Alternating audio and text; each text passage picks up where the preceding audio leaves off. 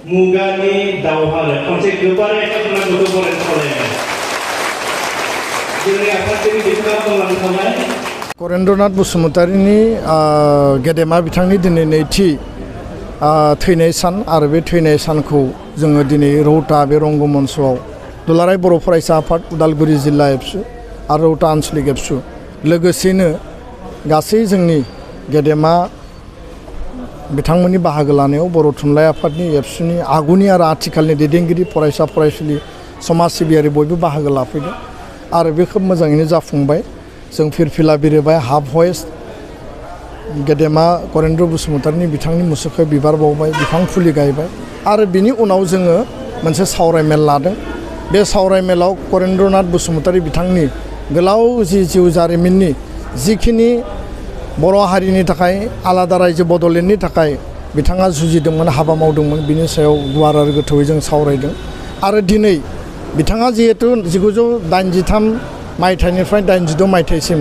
दुलाराय बर' फरायसा आफादनि आफादगिरिमोन आरो बिथांनि उनावनो बड'फा उपेन्द्रनाथ ब्रह्मआ एबसुनि आफादगिरि जादों गुवाहाटीनिफ्राय बिथांखौ खावलायनानै बयबो बिथांखौ हांख्रायनानै रौता कनफारेन्सआव बड'फाखौ लानानै फैदों होननानै जोंनि आगुनि दैदेनगिरि बिथांमोना खिन्थायो आरो बे कनफारेन्सआवनो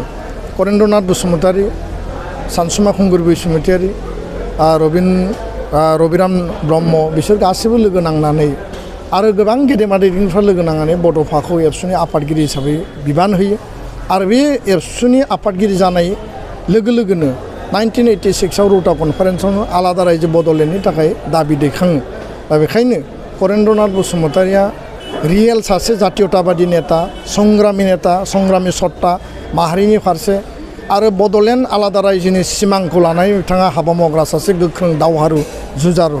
आरो बेखायनो दिनै बिथांनि मुङै मोनसे बिमुं होनाय जोंहा मोनसे बिबान दङमोन आरो बे माने गिदिर बिबानखौ रुजुनानै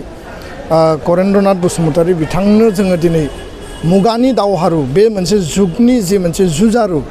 सासे ट्रु रिभलिउसनारि लिडार हिसाबै मुगानि दावहारु करेन्द्रनाथ बसुमतारी बिमुं जों बिथांनो दिनै गथायबाय आरो बे बिमुंजों दिनै बिथांखौ बयबो मिथिगोन फैबाय थानाय समाव बिथांनि मुङै जोङो रौता ओनसोलनि साथाम गेदेमा महान बेक्ति बिथांमोननि मुङै जोङो चिल्ड्रेन पार्क बानायनायनि थांखि लादों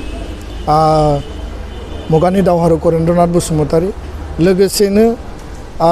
जोंहा सोरबां सुबुं बिहुराम बर' सासे थुनलाइगिरि सासे जुजिग्रा बर' थुनलाइ आफादनि आगुनि गाहाय नेहाथारि आरो जोंहा दुलाराय बर' फरायसा आफादनि आगुनि गाहाय नेहाथारि जांख्रिथाय थान्दै महेश्वर बसुमतारी बिथांमोननि मुङै जोङो मोनसे जायगायाव चिल्ड्रेन पार्कजों लोगोसे साथाम सुबुंनि मुङै जोङो स्टेचु बानायगोन आरो बिनि गेजेरजों बिथांमोनखौ जुगामि खालामनाय बिथांमोनखौ समाजाव हारियाव गोजोर खालामना लाखिनायनि हाबाफारिखौ जों मावलांगोन बेखिनिखौनो फोरमायबाय गोजोन्थों मुगानि दावहारो खनसे गोबारै खालामनांगौ फरायसालियाव जोंनि आफादगिरि बिथाङा बुंलांखाबाय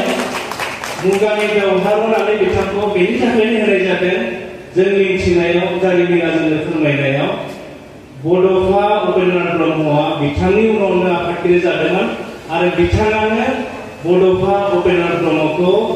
हारिनि सिनायथि रैखाथि आरो थामोनथानि थाखाय नोंथाङा दुलाराय बर' फरायसा आफादाव आफादगिरि बिबानखौ लानांगौ होननानै बिथाङानो गिबियै बिथांखौ खावलायदोंमोन आरो बेखौनो जों बिथा खालामनानै मुगा मोनसेयाव बिथाङा दावहारु महरै बर' हारिखौ जि मोनसे थासारि जोथोन लाबाय बेखायनो जों मुगानि दावहारु बिमुंखौ बिथांनो दुलाराय बर' फरायसा आफादनिफ्राय गथायनाय जाबाय बिसायख'थि गेलेनायाव जोंबो बिराद गोसो मोदोम होनानै बिथोन जानानै गिदिर थादों बे समावहाय आङो हायद्राबाद ओनसोलाव बिथांनि जानानै केम्पेइन खालामनो आंहा गोसोआव दङ